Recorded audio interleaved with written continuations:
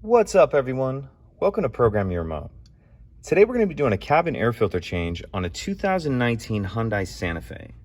This is a 2019, but it does work on a few different years. So the first thing we need to do is open the glove box, and then we need to remove two screw-in clips, one here and one here. And how we're going to do that is these turn about a quarter of a turn, and then they'll pull straight out. So turn and pull out like that. Come over here and do the same thing, quarter of a turn, and that'll pull down. And then we need to remove this clip on the side here. So we'll get a hold of it like this, and you're gonna pull straight to your right, like that. And after you remove that, that's gonna allow the glove box to come down just a little bit. And then we can see the door to the cabin filter here. And there's two clips on either side that you'll push down.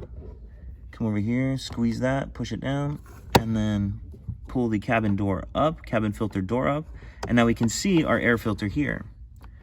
So you'll want to remove that, clean out any leaves or extra debris that you have in there, put your new cabin filter in, and you just want to pay attention to the airflow indicator on your new cabin filter, and you want that arrow pointing down for the airflow, arrow pointing down. You can push that back shut, and that's it. Pretty simple.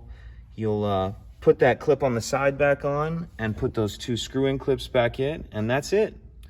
If you have any questions, please let me know. If you could take a second to like and subscribe, it helps us out, and I'd appreciate it. Thank you.